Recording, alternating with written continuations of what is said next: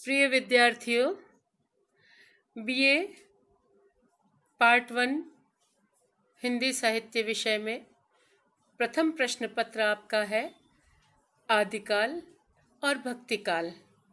इसके अंतर्गत भक्तिकाल का अध्ययन हम कर रहे हैं और भक्तिकाल के अंतर्गत प्राप्त भक्ति साहित्य को हम दो धाराओं में बांटते हैं, सगुण भक्ति काव्य धारा और निर्गुण भक्ति काव्य धारा। इनमें से निर्गुण भक्ति काव्य धारा को पुनः दो भागों में विभाजित किया जाता है, निर्गुण ज्ञानाश्रयी शाखा तथा प्रेमाश्रयी शाखा।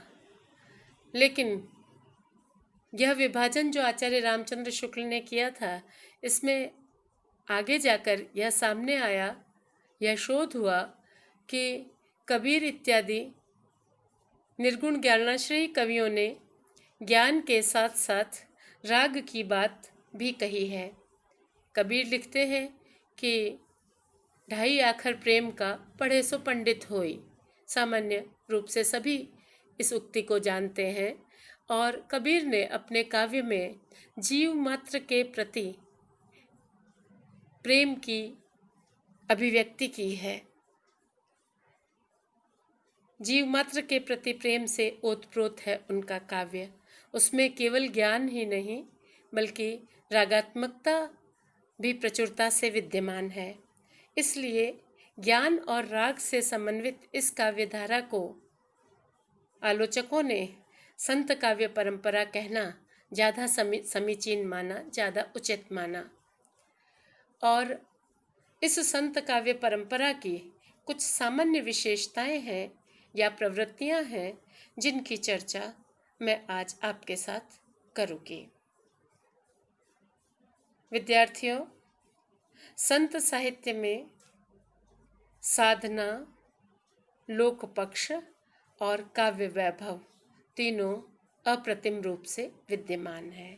साधना तो इन संत कवियों का मूल उद्देश्य था ही। आत्मिक उत्कर्ष की ओर मानसिक साधना तथा आचरण की शुद्धता के माध्यम से ये ब्रह्म में विलीन होने के आकांक्षी थे। साथ ही इनके काव्य में जन भाषा में जन की समझ में आ जाने वाली सहज बात कही गई है। तो लोक कल्याण या लोक पक्ष या लोक संग्रह की ओर भी इनका बहुत अधिक ध्यान है। इसीलिए इन्होंने अपने समय में प्रचलित पाखंडों का, आडंबरों का खंडन किया तथा एक सामान्य भावभूमि पर एक वैश्विक धर्म की, मानवतावादी धर्म की स्थापना पर बल दिया।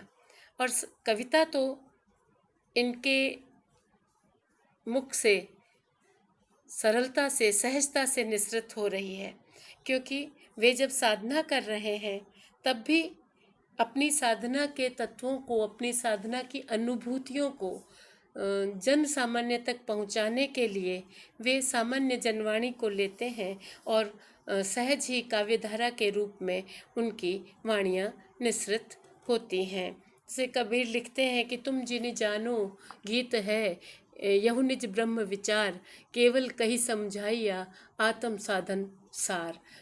कहते हैं वे कि मैं आत्मिक साधना के सार तत्व को कविता में व्यक्त कर रहा हूँ, तुम इसे कविता या गीत मत लिखना, मत समझना, क्योंकि कविताई करना वहाँ लक्ष्य नहीं है, लक्ष्य साधना है, कविताई सहज रूप से हो रही है।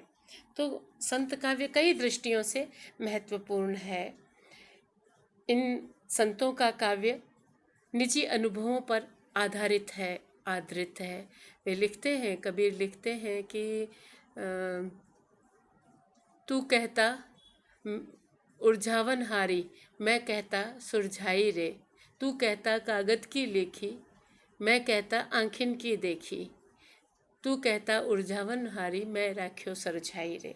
तो इस प्रकार इन संत कवियों ने दर्शन की नीरसता को काव्य की सरसता में ढालकर मध्यकाल में ऐसा प्रवाहित किया कि सैकड़ों वर्षों के उपरांत भी उनकी वाणी आज भी जनमानस को प्रभावित करती है, आज भी प्रासंगिक है। उस वाणी में केवल तथ्य नहीं है, बल्कि तथ्य ही जब संवेदना से संवलित होता है, तथ्य ही जब भावना से युक्त हो जाता है, तब वह सत्य बन जाता है। तो संत कवियों का काव्य, जैसा कि उनके नाम संत में ही शामिल है, शांत रस से परिपूर्ण और साथ ही सत्य से जुड़ा हुआ, सत्य को व्यक्त करने वाला काव्य है, कल्याणकारी काव्य है। और जो कल्याणकारी है वही मानवता के लिए सुंदर माना जाना चाहिए। इस लिहाज से वह काव्य सुंदर भी है और कल्याणकारी और सत्य पर आधारित भी है। आइए हम संत काव्य परंपरा की कुछ प्रमुख विशेषताओं को, प्रवृत्तियों को देखते हुए चलें। सर्वप्रथम तो जैसा काव्यधारा के अंतर्गत कहा गया है कि संत कवि निर्गुण ब्रह्म में विश्वास करते हैं। वे ब्रह्म को त्रिगुणातीत, निर्गुण माने गुणों से रहित, गुण कौन से? सतोगुण, रजोगुण, तमोगुण, इससे रहित त्रिगुणातीत मानते हैं। साथ ही अनिर्वचनीय भी कहते हैं।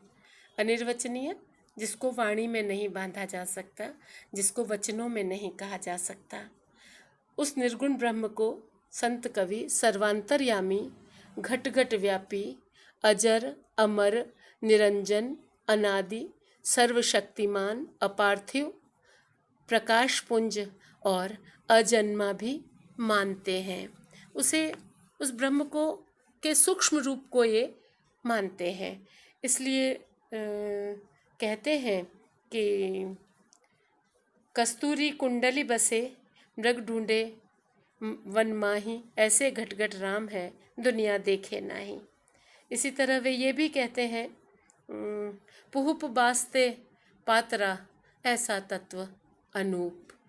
उस परमात्मा को वो प्रकाश पुंज के रूप में भी रूपायित करते हैं।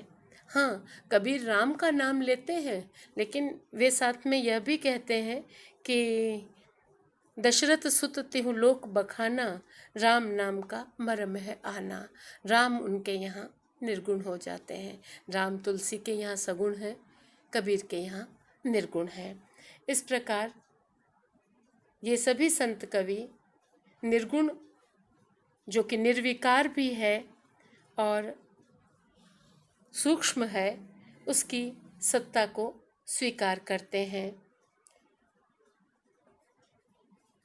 निर्गुण के प्रति कबीर कहते हैं कि संतों धोखा कासू कहिए, गुण में निर्गुण, निर्गुण में गुण, बाट छाड़ी क्यों बहिए।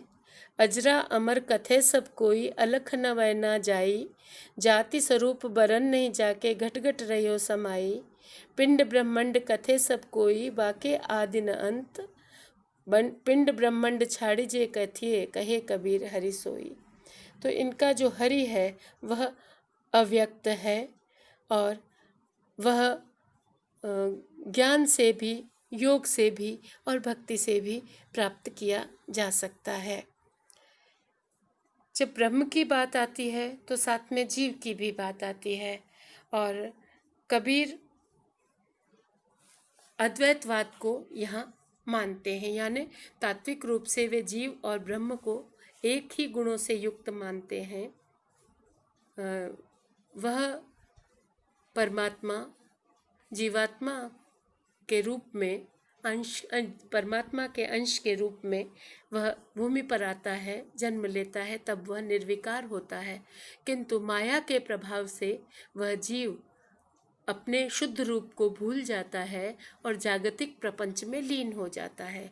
लेकिन जैसे ही गुरु के माध्यम से, सतगुरु के माध्यम से जीवात्मा को यह साक्षात्कार होता है कि वह परमात्मा का ही अंश है, तब वह अपनी साधना की उच्चता के माध्यम से, आचरण की शुद्धता के माध्यम से, आत्मिक साधना, मानसिक साधना के माध्यम से वह स्वयं ब्रह्म तक पहुंच जाता है, और तब वह जब यह देह रूपी घट से वह मुक्त होता है तो वह पुनः परमात्मा में विलीन हो जाता है, और तब वह मोक्ष कहलाता है कबीर के यहाँ।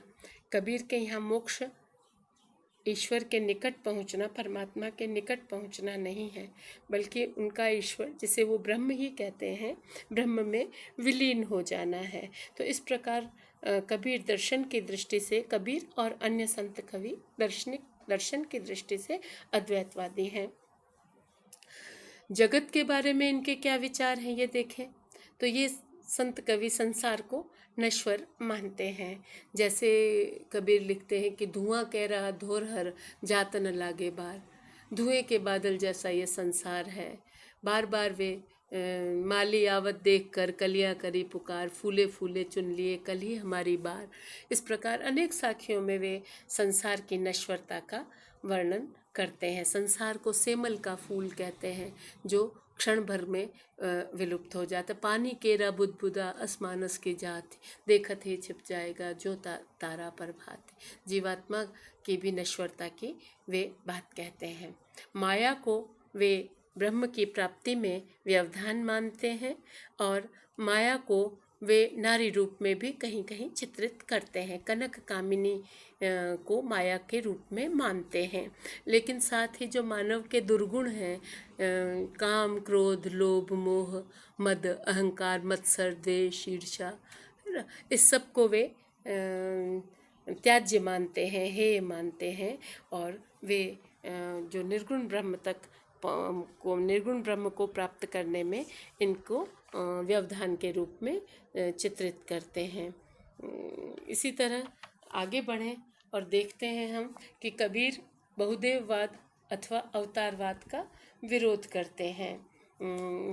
भक्त कवि, सगुण भक्त कवि अवतारवाद को मान्यता देते हैं, लेकिन कबीर एकेश्वरवाद में विश्वास करते हैं।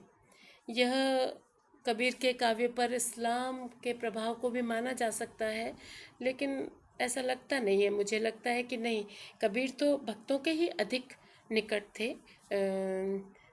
वे बहुत अधिक निकट नहीं थे इस्लाम की जो बुराइयां हैं उसको भी उन्होंने चिन्हित किया, और कट्टरता, इस्लामिक कट्टरता का भी उन्होंने विरोध किया, और इसी तरह बहुदेववाद को भी उन्होंने अस्वीकार किया, क्योंकि उनके यहाँ जो अवतार है उसको भी जन्म लेना पड़ता है और मायाग्रस्त होना पड़ता है। इसलिए वे निराकार को ही और एक निराकार को ही स्वीकार करते हैं। वे लिखते हैं कि अक्षय पुरुष एक पेड़ है, निरंजन वाकी डार, त्रिदेवा शाखा भये पात भया संसार। तो अनेक साखियों के माध्यम से वे जो बहुदेववाद है उसका खंडन करते हैं, बहुदेववाद का विरोध करते हैं। और आगे बढ़ें अगले बिंदु की ओर, तो हम देखते हैं कि कबीर के यहाँ और संत कवियों के यहाँ गुरु का बड़ा महत्व है।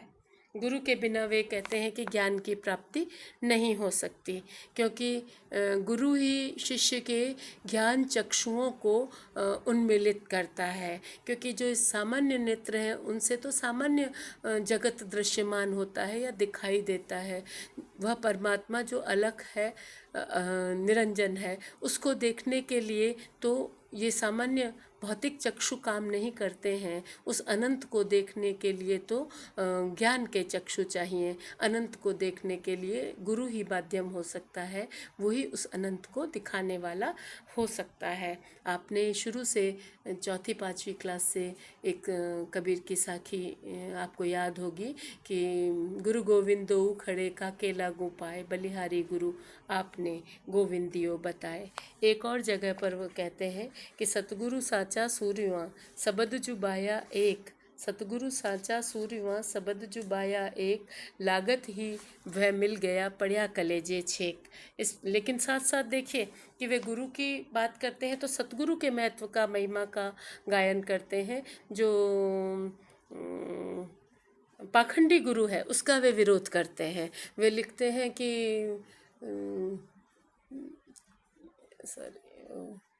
जाका गुरु भी अंधला, चेला खरा निरंद, अंधे अंधा ठेलिया, दोनों खूब परंत। ऐसा जो पाखंडी गुरु है वो कबीर के यहाँ त्याज्य है।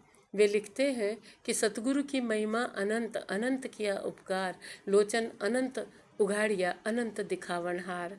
इस प्रकार वे एक और साखे लिखते हैं कि संशय खाया सकल जुग, संसा किन्हु न खद्द। द्वैत में यह संसार बंधा हुआ है, उस द्वैत को, उस संशय को कोई नहीं खा पाया, नष्ट कर पाया। जे बेधे गुरु अच्छी नाती संसार चुने चुने खद्द। जिसने गुरु के द्वारा कहे हुए शब्दों को, ज्ञान को, गुरु के द्वारा कही गूढ़ बात को ग्रहण किया, हृदयंगम किया, उसने सांसारिक द्वैत को, संशय को चुन चुनकर नष्ट किया, चुन चुनकर समाप्त किया। बहुत सुंदर साखियाँ कबीर ने कही हैं सतगुरु के महत्व को लेकर के। और कबीर की जो साखियाँ हैं उनका विभाजन श्याम सुंदर दास जी ने किया है, और उसमें सतगुरु को अंग के नाम से कई साखियाँ मिलती हैं। अगर आप चाहेंगे तो मैं आपको व्हाट्सएप पर पीडीएफ में वो साखियाँ उपलब्ध करवाने का प्रयास करूँगी। इसके लिए आप कहेंगे तो मैं उपलब्ध करवा दूँगी।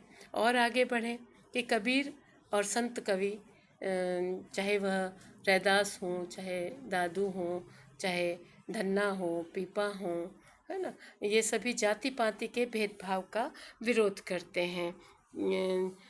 अधिकांश संत कवि दलित संप्रदाय से थे और उन्होंने उस दंश को, दलित होने के दंश को, सामाजिक दंश को महसूस किया था। इसलिए उन्होंने मानवतावादी धर्म की महिमा का गायन किया, जाति पाति के भेदभाव का प्रबल विरोध किया। एक सार्वभौम मानव धर्म के ये प्रतिष्ठापक थे और इनकी दृष्टि में भगवत भक्ति का सबको बराबर अधिकार था। इसलिए वे लिखते हैं कि जाति पाति पूछे नहीं कोई, हरि को भजे सो हरि को होई। जाति भेद, वर्ग भेद, वर्ण भेद, अस्पृश्यता, इन सब को भक्ति मार्ग में इन्होंने छोड़ दिया था, भक्ति मार्ग में इनको त्याग दिया था और सामान्य धरातल पर सामान्य मानव और सामान्य भक्ति मार्ग की इन्होंने कामना की थी। कबीर लिखते हैं कि अरे इन दोन राह न पाई, हिंदुअन की हिंदुआई देखी, तुर्कन की तुर्काई। तो जहाँ कहीं भी, चाहे इस्लाम में हो, चाहे हिंदुओं में हो, जहाँ कहीं भी इस प्रकार की मानव को मानव से दूर करने, अलग करने, भिन्न मानने, नीचा मानने की जो भावना थी, उसका कबीर जैसे जो अन्य संत कवियों की एक लंबी चौड़ी परंपरा थी, उसने विरोध किया। उनके यहाँ हर वर्ग के, हर वर्ण के, हर जाति के व्यक्ति का सम्मान था और वे मानते थे कि सभी देही जीवात्मा है, उनमें कोई अंतर नहीं है और वे अपनी शुद्धता से परमात्मा या ब्रह्म को प्राप्त कर सकते हैं। आगे बढ़ें। जब इन्होंने, संत कवियों ने जाति पाति के भेदभाव का विरोध किया तो उसके साथ ही साथ रूढ़ियों और आडंबरों का भी विरोध किया, खुलकर विरोध किया। वे लिखते हैं कि एक नूरते सब जग उपना, को ब्राह्मण को सूदा। जब उस परमात्मा रूपी ज्योति से सारा संसार निर्मित हुआ है तो फिर इसमें भेदभाव कैसा, इसमें अंतर कैसा। इसलिए जप तप संध्या वंदन, माला फेरना, तीर्थ व्रत, बलि देना, तिलक इत्यादि को वे अगर पाखंड किया जाए तो उसका वे विरोध करते थे। जैसे कहते हैं कि माला फेरत जुग गया, कया न मन का फेर, कर का मन का डारी दे, मन का फेर। ये एक जगह लिखते हैं मूर्ति पूजा के विरोध में कि पाहन पूजे हरि मिले, तो मैं पूजूं पहाड़, ताते यह चाकी भली, पीस खाए संसार। प्रवृत्ति मार्गी है, निवृत्ति मार्गी नहीं है कबीर। इसलिए शुद्ध तरीके से अपना रोजगार, स्वरोजगार या जीविकोपार्जन करते हुए साधना की ओर उन्मुख हैं। कहीं भी उन्होंने संन्यास या गृह त्याग की प्रेरणा नहीं दी, बल्कि इस संसार में रहते हुए ही अपने आचरण के माध्यम से, आचरण की शुद्धता के माध्यम से ब्रह्मसम होने की बात उन्होंने कही है। इसी प्रकार आप देखते हैं कि वे लिखते हैं, अहिंसा की बात करते हैं। बकरी पाती खाती है ताकि काढ़ी खाल, जे जन बकरी खात हैं तिनको कौन हवाल। इसी प्रकार वे लिखते हैं कि कांकर पाथर जोड़ के मस्जिद लई चुनाए, ता चढ़े मुल्ला बांग दे क्या बहरा हुआ खुदाए। बहुत साखियों के माध्यम से, अनेक साखियों के माध्यम से इन संत कवियों ने रूढ़ियों का, मिथ्या आडंबरों तथा अंधविश्वासों की कटु आलोचना की है। इसका कारण इन संत कवियों को सिद्धों और नाथपंथियों से प्रभावित होना माना जाता है। ये लोग तत्कालीन समाज में पाई जाने वाली कुप्रवृत्तियों का कड़ा विरोध कर रहे थे। धर्म के नाम पर होने वाली हिंसा, रोज़ा, नमाज, हज, बाह्य आडंबर, जाति पाति का भेद, इन सब का इन्होंने डट कर विरोध किया है। और कबीर समान भाव से वे दोनों की खबर लेते हैं, हिंदुओं की भी खबर लेते हैं और इस्लाम के अनुयायियों की भी खबर लेते हैं। कबीर ने अन्यत्र भी लिखा है कि क्या जप क्या तप संयमी, क्या व्रत क्या स्नान, जब लगी मुक्ति न जानिए भाव भक्ति भगवान। और इस्लाम की बुराइयों पर वे कहते हैं कि जोरी करी जिब है करी, करते हैं जो हलाल, जब दफ्तर देखेगा दई तब वेगा कौन हवाल। तो जहाँ कहीं भी वो देखते हैं कि व्यक्ति तो मंदिर में है और उसका मन जूतों में लगा हुआ है कि कोई मेरे जूते उठा न ले जाए, तो इस प्रकार की पाखंड की जो भक्ति है या साधना है उसका वो विरोध करते हैं और जमकर विरोध करते हैं। और आगे बढ़ें, कबीर के काव्य में और संत कवियों के काव्य में हमें रहस्यवाद की भावना मिलती है। रहस्यवाद क्या है? निर्गुण की भक्ति करते हुए जब अद्वैत को ये व्यक्त करते हैं तब प्रतीकों का आश्रय ले लेते हैं और इन प्रतीकों के माध्यम से वे अलौकिक प्रेम को अभिव्यक्त करते हैं। उसे ही हम रहस्यवाद कह सकते हैं।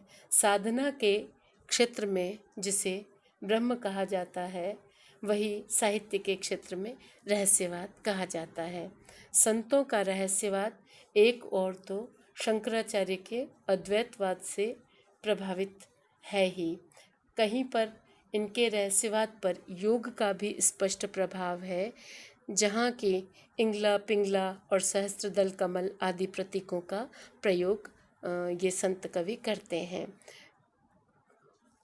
इनमें विशुद्ध भावात्मक रहस्यवाद भी मिलता है, जहाँ प्रणयानुभूति की निश्चल अभिव्यक्ति हुई है। जीवात्मा स्वयं को परमात्मा की विरोहिणी के रूप में चित्रित करता है, मानता है और परमात्मा को प्रिय के रूप में वर्णित करता हुआ परमात्मा से जीवात्मा के वियोग को मार्मिक उक्तियों के माध्यम से व्यक्त करता है। जैसे कबीर ने विरहिणी को अंग नामक साखियों में अपने विरह की भावना को अभिव्यक्ति दी है। वे लिखते हैं, आई न सको तुझ पे, सकूँ न तुझ बुलाई, जीरा यूं ही लेहुगे विरह तपाई तपाई। अन्यत्र वे यह भी कहते हैं कि यह तन जारो जारी के, कहों की पवन उड़ाव, मकुत ही मार्ग गिर पड़े, कंत धरे जहाँ पाँव। इस प्रकार वे सॉरी बच्चों, ये शायद जायसी का है ना, लेकिन कबीर ने भी इसी तरह की उक्तियाँ कही है। देखिए आप, विरहिणी ऊभी पंथ सिर, मुझे याद आया, विरहिणी ऊभी पंथ सिर, पंथी पूछे दहाई, एक शब्द कही पीव का, कब्र मिलेंगे आए। और जो जायसी की उक्ति मैंने अभी कह दी थी, उससे समानार्थी कबीर की उक्ति है कि यह तन जालो मसी करो, जो धुआं जाई सरग्गे, मतिवे राम दया करें, बरसी बुझावे अग्गे। इस प्रकार वे परमात्मा से मिलन को भी व्यक्त करते हैं जब वे पद लिखते हैं कि दुल्हिनी गावहु मंगल चार, हम गरी आए हो राजा राम भरतार। अनेक पदों में और अनेक साखियों में विरह की वे मार्मिक उक्तियाँ कहकर रहस्यवाद की भावना को अभिव्यक्त करते हैं। कुछ विद्वान इनके रहस्यवाद को सूफी मत से प्रभावित मानते हैं। जैसा मैंने अभी बताया था कि सूफी मत के जायसी और कबीर की दोनों के जो उक्तियां हैं वे लगभग एक सी हैं, लगती हैं हमें, किंतु जो रूपक जायसी के यहाँ बनता है वह फारसी का रूपक है। वहाँ महबूबा या प्रिया वह परमात्मा है और जो साधक है वह जीवात्मा पुरुष रूप में है। जैसे आप देख पाएंगे आगे पद्मावत ग्रंथ में कि रत्नसेन साधक है और पद्मावती जो रत्नसेन की प्रेयसी है वह परमात्मा का रूप है। लेकिन कबीर के यहाँ तो ऐसा नहीं है। कबीर तो जीवात्मा को विरहिणी के रूप में चित्रित करते हैं और परमात्मा को प्रिय के रूप में, ब्रह्म को प्रिय के रूप में चित्रित करते हैं। तो कबीर के यहाँ जो ये रूपक है ये हमारा भारतीय रूपक है, इसलिए कबीर का रहस्यवाद आयातित नहीं है बल्कि भारतीय परंपरा से ही निसृत है और वह नैसर्गिक भी है। और आगे बढ़ें। कबीर और अन्य संत कवियों के काव्य में भजन तथा नाम स्मरण पर बहुत अधिक बल दिया है ना। नाम स्मरण तो इतना कि वह मन में ही होना चाहिए, प्रकट नहीं होना चाहिए, जिसे अजपा जाप संत कवियों ने कहा है। सहजो बाई की एक उक्ति है कि सहजो सुमिरन कीजिए हृदय माही छिपाई, होठ होठ सु ना हिले सके नहीं कोई पाई। इस प्रकार ब्रह्म तक पहुँचने के लिए प्रेम, जीव मात्र के प्रति प्रेम और नाम स्मरण को ये परम आवश्यक मानते हैं, है ना। भजन भी इसके अंतर्गत हम सत्संगति के रूप में ले सकते हैं कि सत्संगति के माध्यम से, नाम स्मरण के माध्यम से जो यह साधना है ये बाहर की साधना नहीं है, जगत की साधना नहीं है, यह ब्रह्म की साधना, आंतरिक साधना है, ऊर्ध्वमुखी साधना है, जिसे कबीर कहते हैं कि औलो ठीका चढ़िया बलिंडे जिन पिया तिन माना। यानी सामान्य जल का प्रवाह तो बलिंडे से औलती की तरफ यानी ऊपर से नीचे की तरफ होता है कुटिया में, लेकिन जो ये साधना का जल है, यह जो कुंडलिनी शक्ति है, ये ऊर्ध्वमुखी होती है। और इस प्रकार जैसे औलती का जल बलिंडे की तरफ चले तो ये ऊर्ध्वमुखी आंतरिक साधना है, जिसके अंतर्गत जीवात्मा परमात्मा या ब्रह्म का मन ही मन अजपा जाप करते हुए वह परमात्मा को स्मरण करके परमात्मा तक पहुंच जाता है, परमात्मा तक पहुंचना चाहता है। ठीक है, तो इस प्रकार आगे बढ़ें। और श्रृंगार वर्णन एवं विरह की मार्मिक उक्तियाँ कबीर के यहाँ हमें मिलती है। शांत रस तो मिलता ही है संत कवियों के यहाँ, उसमें तो कोई किसी तरह की कोई व्यवधान नहीं है उनके यहाँ। और विरह की मार्मिक उक्तियाँ रहस्यवाद के अंतर्गत वे संत कवि कहते हैं। प्रणय की जो दो अवस्थाएं हैं, संयोग और वियोग, दोनों का कलात्मक वर्णन संत कवियों के काव्य में मिलता है। उपदेश परक सूक्तियाँ शांत रस में अभिव्यक्त हुई हैं और सभी वाणियों में काव्य पक्ष उनकी प्रणयोक्तियों में ही यथार्थ रूप से निखर पाया है। जब वे विरह की बात करते हैं या श्रृंगार में विरह की उक्तियाँ कहते हैं तो जो इनकी शुष्कता है संत कवियों की, वह सारी छूमंतर हो जाती है, धुल जाती है और अक्खड़ता भी दूर हो जाती है और फिर वे बहुत ही सरस काव्य पंक्तियाँ लिखते हैं। जैसे एक तो मैंने अभी आपको बताई थी कि विरहिणी उभी पंथ सिर, इसी प्रकार अनेक उक्तियां हैं। मैं अलग से आपको पीडीएफ में उपलब्ध करवा दूंगी, वरना ये लेक्चर बहुत लंबा हो जाएगा और आप लोग बोर होकर इसे बीच में छोड़ देंगे। तो इस प्रकार हम देखते हैं कि विरह का वर्णन रहस्यवाद के अंतर्गत किया गया है। संत कवियों का श्रृंगार बहुत निराला है, उनका व्यक्तित्व, धर्म और दर्शन सब कुछ विलक्षण है, तो इनका श्रृंगार वर्णन भी निराला है।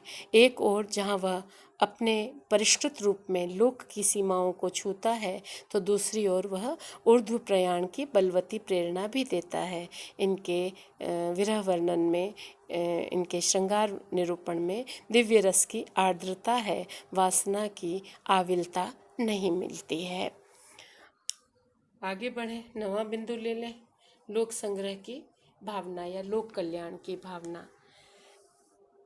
इस वर्ग के सभी कवि पारिवारिक जीवन व्यतीत करने वाले थे, सन्यासी या गृह त्यागी नहीं थे।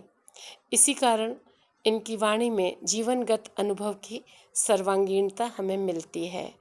संतों की साधना में वैयक्तिकता की अपेक्षा सामाजिकता अधिक है, या यूँ कहें पूरे भक्ति काल में ही वैयक्तिकता की जगह सामाजिकता की भावना ही अधिक है। संतों ने आत्मशुद्धि पर बहुत बल दिया है, किंतु वह भी समाज की दृष्टि में रखकर चली है। वह आत्मशुद्धि भी समाज के मध्य ही सिद्ध हो सकती है। नाथ संप्रदाय की साधना व्यक्तिगत और पद्धति शास्त्रीय थी, जबकि संतों की साधना सामाजिक और पद्धति स्वतंत्र है। जहाँ एक ओर ये लोग संत, कवि और भक्ति आंदोलन के उन्नायक हैं, वहाँ समाज सुधारक भी ये हैं। और कबीर जैसे अन्य कवियों की उक्तियों में आप यह समाज सुधारक का रूप भी देख पाते हैं। इसके बारे में एक व्याख्यान अलग से मैंने अपलोड किया है, वो आपको मैं उपलब्ध करवाऊंगी।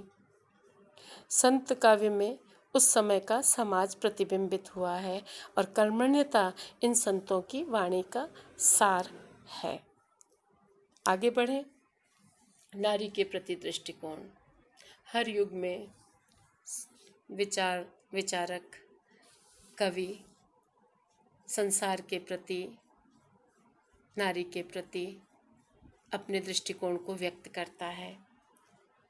कबीर ने भी, जैसा कि मध्यकाल में परंपरा थी, नारी को माया का प्रतीक माना है। उनके अनुसार कनक और कामिनी ये दोनों ईश्वर प्राप्ति में व्यवधान है, बाधक है।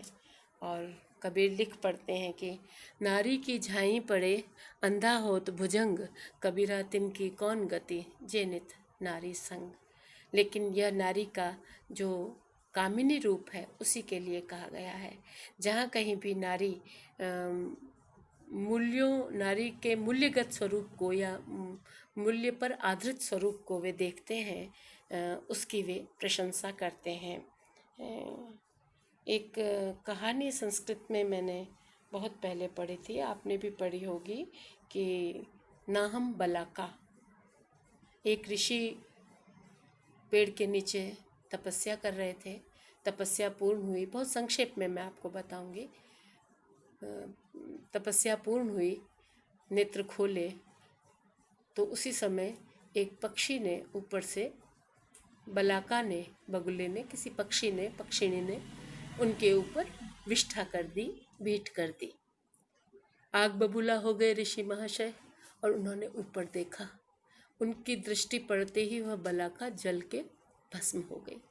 बड़ा गुमान हो आया, अहंकार हो आया अपनी सिद्धि पर। निकट के ग्राम में गए और एक गृह के द्वार पर जाकर भिक्षान्न मांगा। गृहिणी अपने गृह कार्य में, अपने पारिवारिक कार्य में व्यस्त थी और उसे कुछ विलंब हुआ, भिक्षान्न लाने में कुछ देरी हुई तो ऋषि महाशय फिर आग बबूला हो गए।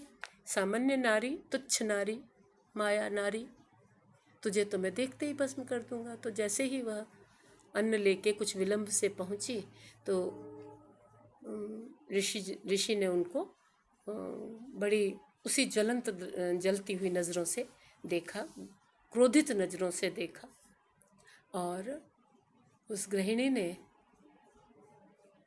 ऋषि से कहा कि ना हम बलाका, मैं बगुली नहीं हूँ, मैं पक्षिणी नहीं हूँ, जो अपने किसी न किसी मूल्य से बंधा हुआ है। चाहे मध्यकाल में वह मूल्य पारिवारिक मूल्य थे स्त्री के लिए, पतिव्रता का मूल्य था उस समय, सत्य पर चलने वाली सती का मूल्य था उस समय, जिसका जो अपने सतीत्व के प्रति बहुत अधिक जागृत हो, तो उसकी कबीर पर प्रशंसा करते हैं। पतिव्रता के आदर्श की कबीर ने मुक्त कंठ से प्रशंसा की है। वे लिखते हैं कि प्रतिव्रता मैली भली, काली कुचित कुरूप, पतिव्रता के रूप पर वारों कोटि स्वरूप। तो वे सौंदर्यवान उसे ही मानते हैं जिसके भीतर ज्ञान का आलोक जागृत हो, जो मूल्यों पर चलता हो, जो कहीं न कहीं अपने किसी सिद्धांत को स्वीकार करता हो, जीने के लिए जिसके अपने धरातल हों, अपने मूल्य हों। क्योंकि जब हम चाहे तुलसी को लें, चाहे कबीर को लें, हम बड़े आराम से कह देते हैं कि स्त्री की निंदा की, लेकिन ठहर कर सोचना पड़ता है कि जब आज हम पढ़े लिखे व्यक्ति से स्त्री की निंदा की उम्मीद नहीं करते, तो हम तुलसी, कबीर, सूर, ऐसे जो महान साहित्यकार हैं, विचारक हैं, चिंतक हैं, ये दार्शनिक भी हैं, इनसे कैसे हम ये सोच सकते हैं कि वे नारी मात्र की निंदा करेंगे। केवल जो जागतिक प्रपंच हैं उनकी इन्होंने निंदा की है, और जो नारी का जो मायावी रूप है, कामिनी रूप है, उसकी इन्होंने निंदा की है। क्योंकि इनके यहाँ सांसारिक आसक्ति का कहीं अवकाश नहीं है। संसार के प्रति विरक्ति और परम तत्व के प्रति आसक्ति इनके यहाँ काम्य है, संत कवियों के यहाँ। तो पतिव्रता का आदर्श इन संत कवियों की साधना के निकट पड़ता था, इसलिए उन्होंने जो है अपनी भावनाएं नारी को, कामिनी रूप को निंदनीय कहते हुए, और जो सत पक्ष में जीवन व्यतीत कर रही हैं और असत से विरक्त हैं, उन्हें उन्होंने श्रेष्ठ माना, उनकी प्रशंसा की है। और आगे बढ़ें। कबीर की जो भक्ति भावना है उस पर हम कुछ चर्चा कर लें। तो कबीर की जो भक्ति भावना है वह समन्वित भक्ति भावना है, ऐसा मुझे लगता है, या ऐसा मैं कहूँगी। क्योंकि संत साहित्य में जो भक्ति की भावना अभिव्यक्त की गई है उसमें नाथपंथियों का हठ योग शामिल है, वैष्णवों की जो प्रेमा भक्ति है वह भी शामिल है, सूफियों के यहाँ जो विरहाधिक्य व्यक्त हुआ है वह भी शामिल है, और सबका समन्वय होकर भी यह अपने आप में मौलिक है।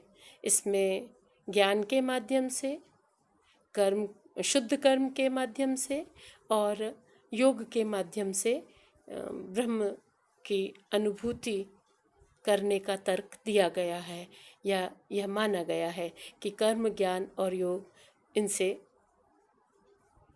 ब्रह्म को पाया जा सकता है। तो इन तीनों का समन्वय होने से मैं इसे समन्वित भक्ति भावना हम इसे कह सकते हैं। लेकिन संतों के यहाँ अंधानुकरण नहीं है, क्योंकि एक आंतरिक मानवीय संवेदना सतत उनको इस भक्ति भावना के अंतर्गत चाहिए।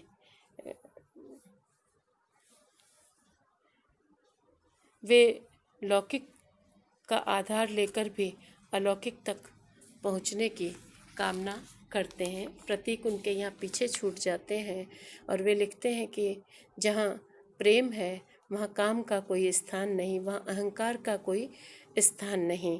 भक्ति के लिए मन में शुचिता, सदाचार और आराध्य के प्रति समर्पण की अनिवार्यता संत कवियों के यहाँ प्रतिपादित की गई है। आपने पढ़ा होगा कि यह तो घर है प्रेम का, खाला का घर नाही, शीस उतारे भूई धरे, तब बैठे घर माही। है ना। इस प्रकार अनेक उक्तियों के माध्यम से संत कवि जो है वे समन्वित भक्ति भावना का वर्णन करते हैं। और आगे बढ़े हम कबीर और अन्य संत कवियों की भाषा के बारे में। तो चूँकि ये संत कवि जन भाषा में लिखते थे, तो अनेक भाषाओं के शब्द इनके काव्य में आ गए थे। लिखते भी हैं कबीर की, कागद मसी छुयो नहीं, कलम गही नहीं हाथ। तो ये उक्ति जो है वो प्रायः सभी संत कवियों पर चरितार्थ होती है। ये बोलचाल की भाषा में अपनी बात कहते थे और बहुत अधिक आलंकारिकता से परे थे। स्वयं देशाटन करते थे। शिष्य प्रशिष्यों ने इनकी वाणी को लिपिबद्ध किया, संग्रहित किया, और वे शिष्य प्रशिष्य भी अलग अलग स्थानों से आते थे और अलग अलग स्थानों पर इन वाणियों का प्रचार प्रसार भी करते थे। तो इनकी जो भाषा है उसमें अनेक बोलियों के शब्द मिल गए हैं, जैसे अवधी, ब्रजभाषा, खड़ी बोली, पूर्वी हिंदी, फारसी, अरबी, फारसी के शब्दों का भी प्रयोग मिलता है, राजस्थानी के, पंजाबी के कुछ शब्द भी मिलते हैं। तो अनेक भाषाओं का सम्मिश्रण हो गया है, इसलिए यहाँ इसे हम सदुक्कड़ी भाषा या खिचड़ी भाषा कहते हैं। और चूँकि कबीर पारिभाषिक शब्दावलियों का भी प्रयोग करते हैं और साथ में वो क्या उलट बांसियाँ भी लिखते हैं, गाते हैं या कहते हैं, तो फिर ऐसे में हजारी प्रसाद द्विवेदी कबीर की भाषा को संध्या भाषा कहते हैं, जिसमें अर्थ छिपा हुआ होता है, जिसे अर्थ को हमें उन्मीलित करना पड़ता है, अर्थ को निकालना पड़ता है, खोलना पड़ता है। संतों का यह भी कहना है कि संस्कृत है कूप जल, भाषा बहता नीर, भाषा सतगुरु सहित है, सतमत गहिर गंभीर। तो इस प्रकार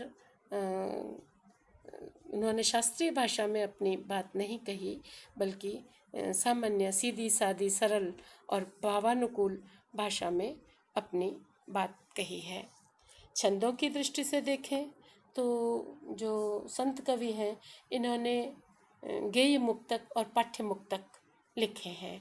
जैसे कबीर की साखियों को हम पाठ्य मुक्तक में रख सकते हैं, हालांकि उनको गाया भी गया है, लेकिन जो पद हैं उनको हम गेय मुक्तक में रख सकते हैं।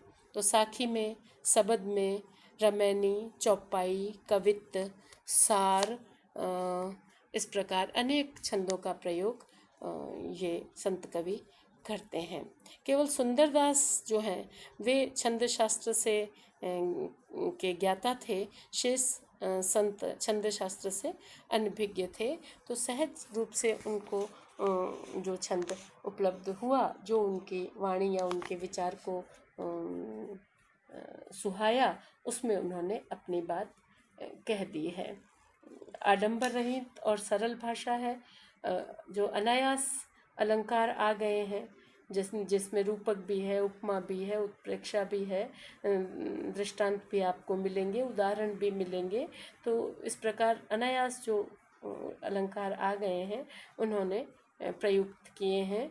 उन्होंने कहीं भी सोच समझकर, ढूंढ कर अलंकारों को अलंकारिक कविता नहीं की है, क्योंकि जैसा मैंने शुरू में भी कहा था कि अलंकारिक कविता करना इनका उद्देश्य नहीं था। इनकी जो पीयूष वर्षिणी उपदेशमयी वाणी है उसमें एक दृढ़ नैतिकता और शुद्धता थी, जिसमें कबीर ये मानते हैं कि जीवात्मा फिर हंस हो जाता है, निर्क्षीर विवेकी हो जाता है, और निर्क्षीर विवेकी होकर वह परमहंस हो जाता है, और वह परमहंस सतगुरु होता है जो अपने शिष्य को भी साधना के मार्ग की ओर उन्मुख करता है। तो संत संप्रदाय ने धर्म का ऐसा स्वाभाविक, निश्चल, व्यवहारिक तथा विश्वासमय रूप जन भाषा में उपस्थित किया, जो कि विश्व धर्म बन गया, और वह आज के समय में भी जनजीवन को पुनः जागरण का पावन संदेश दे रहा है। और धार्मिक दृष्टि से, सामाजिक दृष्टि से और सांस्कृतिक दृष्टि से और काव्यत्व की दृष्टि से भी हमने देखा कि इन संत कवियों का बड़ा महत्व है। यह सारा समग्र संत काव्य हम कहेंगे कि जीवन रस से ओतप्रोत है, जीवन रस से परिपूर्ण है। बहुत सी बातें हैं संत काव्य के लिए कहने को इस छोटे से व्याख्यान में, जो कि कुछ लंबा ही हो गया है। इसे सारी चीज़ों को इसमें समेटा नहीं जा सकता, तो मेरी कोशिश रहेगी कि आपको पीडीएफ के रूप में उदाहरणों सहित जो विशेषताएं उपलब्ध करवाऊं। अब तक अगर आप कुछ न समझे हों तो आप व्हाट्सएप पर मुझसे प्रश्न कर सकते हैं। मैं आपके सभी आशंकाओं का समाधान करूंगी, आपके जिज्ञासाओं को पूर्ण करने की कोशिश करूंगी। धन्यवाद।